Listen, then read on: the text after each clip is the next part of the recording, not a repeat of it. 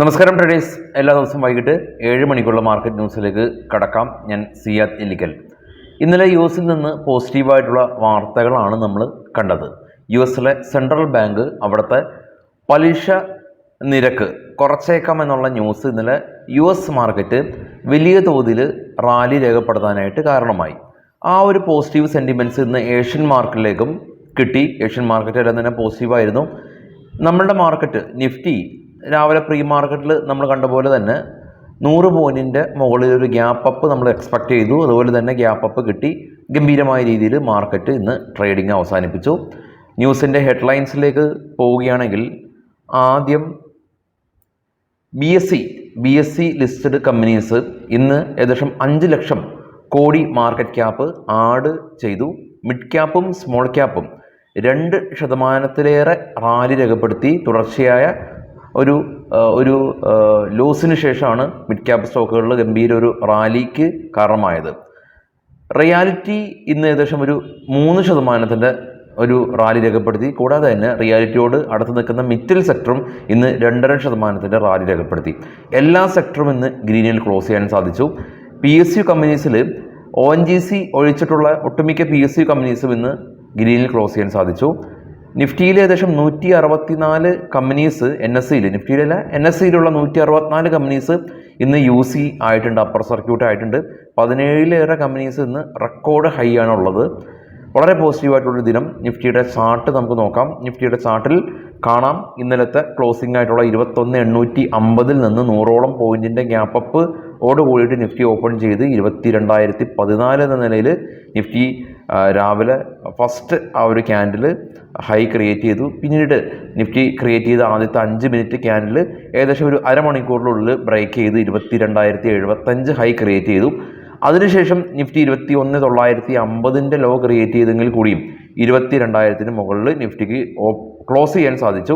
Nifty 22,011 close നടത്തി 172 point ഉയർന്നിട്ടുണ്ട്. അതുമാത്രമല്ല 22,000 മുകളിൽ ക്ലോസ് ചെയ്യാനും സാധിച്ചിട്ടുണ്ട്. സെൻസെക്സ് 539 പോയിൻറ്റ് റാലി രേഖപ്പെടുത്തിയപ്പോൾ ബാങ്കിങ് സെക്ടറിൽ നിന്ന് 374 പോയിൻറ്റ് റാലി രേഖപ്പെടുത്തി. NSEയിൽ 1837 കമ്പനീസ് ഗെയിൻ ഉണ്ടാക്കി, നേട്ടമുണ്ടാക്കി. കഴിഞ്ഞ ദിവസത്തെ ക്ലോസിങ്ങിന് മുകളിൽ ക്ലോസ് ചെയ്തു. 418 കമ്പനീസ് മാത്രമാണ് കഴിഞ്ഞ ദിവസത്തെ ക്ലോസിങ്ങിന് താഴെ ക്ലോസ് ചെയ്തിട്ടുള്ളൂ. BPCL ഏറെ നാളത്തെ ഒരു ഫോളിന് ശേഷം BPCL, NTPC, power grid, Tata steel, coal India തുടങ്ങിയ കമ്പനീസ് 3 മുതൽ 3.5% റാലി രേഖപ്പെടുത്തിയപ്പോൾ Airtel, HDFC life, ONGC, Maruti Suzuki, ICICI bank തുടങ്ങിയ സ്റ്റോക്കുകൾ സ്ലൈറ്റ്ലി പ്രോഫിറ്റ് ബുക്കിംഗ് കണ്ടിട്ടുണ്ട്. നമുക്ക് നേരെ നമ്മളുടെ മാർക്കറ്റിൽ ഇന്ന് ലൈംലൈറ്റിലുള്ള സ്റ്റോക്കുകളുടെ വാർത്തകളിലേക്ക് പോകാം. ഈ ഒരു ശനിയാഴ്ചയാണ് ഫ്യൂച്ചർ ആൻഡ് ഓപ്ഷൻ്റെ ക്ലാസ് റൂമിൽ ഇരുന്ന് പഠിക്കുന്ന കോഴ്സ് നമ്മൾ കൊച്ചിയിൽ വെച്ച് കണ്ടക്ട് ചെയ്തിട്ടുള്ളത്. അപ്പോൾ നമ്മളോടൊപ്പം ഇരുന്ന് നിങ്ങൾക്ക് സംശയങ്ങൾ ചോദിച്ച് മനസ്സിലാക്കാം. തുടർന്ന് 6 മാസം സപ്പോർട്ടും ഉണ്ട്. താല്പര്യമുള്ള ആളുകൾ താഴെ കാണുന്ന വാട്സപ്പ് നമ്പറിൽ ബന്ധപ്പെടാം. ഇനി ഇന്നത്തെ പ്രധാനപ്പെട്ട സ്റ്റോക്കുകളുടെ വാർത്തകളിലേക്ക് പോകാം. റിലയൻസ്, ഇന്ത്യയിലെ ഏറ്റവും കൂടുതൽ മാർക്കറ്റ് ക്യാപ്പുള്ള കമ്പനിയായ റിലയൻസിനെ സംബന്ധിച്ചുള്ള ന്യൂസാണ്. മോത്തിലാൽ ഒസ്വാൽ എന്ന് പറയുന്ന ഒരു ബ്രോക്കറിംഗ് സ്ഥാപനം റിലയൻസിൻ്റെ ടാർഗറ്റ് എല്ലാം തന്നെ 3,210 രൂപയിലേക്ക് അപ്ഗ്രേഡ് ചെയ്തിട്ടുണ്ട് എന്നുള്ളതാണ്. റിലയൻസ് നമുക്കറിയാം ഈ അടുത്തിടെ മീഡിയ കമ്പനീസിലും അതല്ലെങ്കിൽ റിന്യൂവബിൾ കമ്പനീസിലെല്ലാം തന്നെ വലിയ തോതിൽ അക്വിസിഷൻസ് എല്ലാം നടത്തി വരുന്നുണ്ട്. റെയിൽടെയിൽ കമ്പനി ഇന്ന് നേട്ടം കൈവരിച്ചു. ബീഹാർ ഗവൺമെൻറ്റിൻ്റെ ഭാഗത്തു നിന്ന് 100 കോടി രൂപയുടെ ഓർഡർ കിട്ടിയിരുന്നു.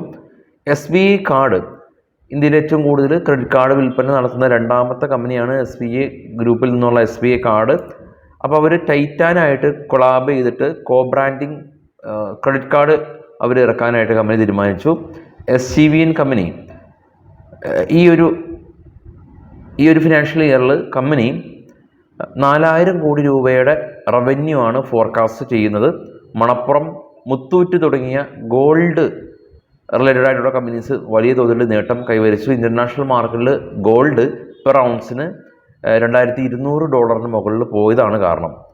ദ്രോണാചാര്യ കമ്പനി ഹാർഡൻ ഏവിയേഷനായിട്ട് ഈ ഒരു ഡ്രോണിൻ്റെ എല്ലാം തന്നെ പ്രവർത്തനത്തിന് വേണ്ടിയിട്ട് ഡിപ്ലോമ സർട്ടിഫിക്കറ്റ് കോഴ്സുകളെല്ലാം തന്നെ കമ്പനി ആരംഭിച്ചു. Right gain travel company bright light trains ആയിട്ട് പുതിയ ഒരു ട്രാവൽ രംഗത്തുള്ള ആളുകൾക്ക്, വിനോദ സഞ്ചാരികൾക്കെല്ലാം തന്നെ പുതിയ സർവീസ് കൊടുക്കുന്നതിന് വേണ്ടിയിട്ട് കമ്പനി ഒരു പാർട്ണർഷിപ്പിൽ ഏർപ്പെട്ടു. TCS കമ്പനി ഡെൻമാർക്ക് ബേസ്ഡ് ആയിട്ടുള്ള റംബോൾ എന്ന് പറയുന്ന ഒരു കമ്പനിയായിട്ട് പുതിയ IT contract, long time IT contract sign ചെയ്തിട്ടുണ്ട്. NMDC കമ്പനി സിറ്റി എന്ന് പറയുന്ന ഗ്ലോബൽ ബ്രോക്കറിംഗ് സ്ഥാപനം NMDCയുടെ റൈറ്റിംഗ് അല്ലെങ്കിൽ ഇവർക്കൊരു സെൽ റൈറ്റ് ഒക്കെ കൊടുത്തിട്ടുണ്ട്. 215 ഇവരുടെ ടാർഗറ്റ് മുൻപേ ഉണ്ടായിരുന്നത്, അത് 180 കുറച്ചുകൊണ്ട് വന്നിട്ടുണ്ട്.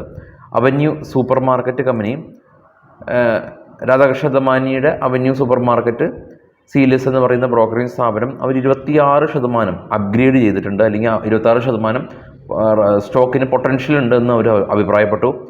ഭാരത് ഡൈനാമിക് കമ്പനി ഇവർ 8 രൂപ 85 പൈസ ഡിവിഡൻഡ് കൊടുക്കുന്നുണ്ട്. ഏപ്രിൽ 2 റെക്കോർഡ് ഡേറ്റ് ഉള്ളത്. ദീപക് നൈട്രേറ്റ് കമ്പനി ഗുജറാത്തിൽ ഇവരുടെ പുതിയ ഒരു പ്ലാന്റ് കമ്പനി ഉദ്ഘാടനം നടത്തിയിട്ടുണ്ട്.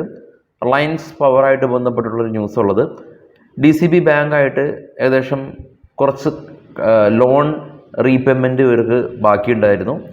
അപ്പോൾ ആ റീപേയ്മെൻ്റ് എല്ലാം തന്നെ കൊടുത്ത് തീർത്ത് ബാധ്യതകൾ ഒഴിവാക്കി.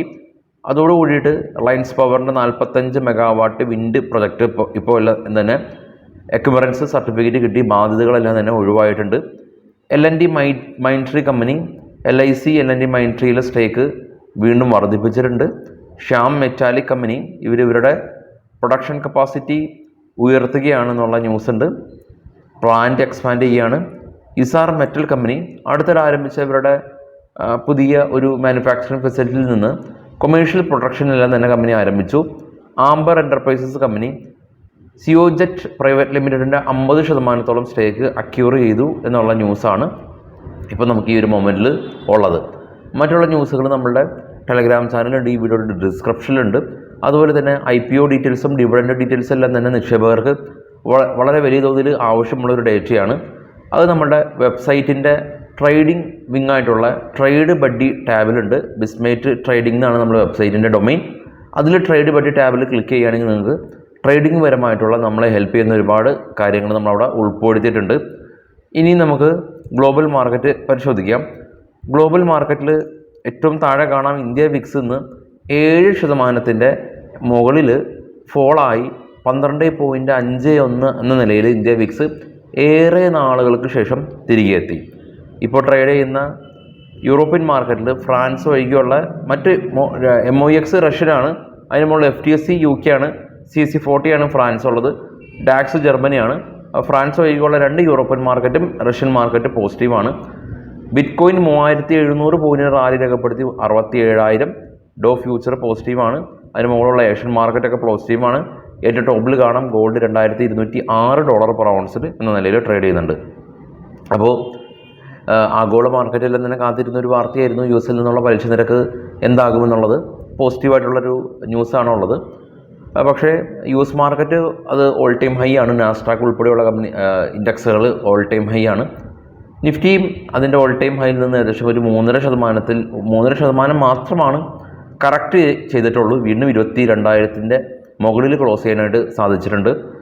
അപ്പോൾ ഇലക്ഷൻ പ്രഖ്യാപിച്ച് ഇരിക്കുന്ന ന്യൂസ് അല്ലെങ്കിൽ അങ്ങനെയുള്ള കാര്യം നമ്മൾ മനസ്സിൽ നിന്ന് പോകരുത്, അത് എപ്പോഴും ഉണ്ട്. അങ്ങനെയുള്ള ഒരു ഇനിയും വരും ദിവസങ്ങളിൽ നമുക്ക് പല ചാഞ്ചാട്ടങ്ങളും നമ്മൾ കാണണം. വിക്സ് ഇപ്പോൾ ഒരു ലോവർ റേഞ്ചാണ് ഉള്ളത്, ഏത് നിമിഷം സ്പൈക്ക് ചെയ്യാം. അപ്പോൾ നാളെ രാവിലെ 7:00 പ്രീ മാർക്കറ്റായിട്ട് എത്താം. Thank you all.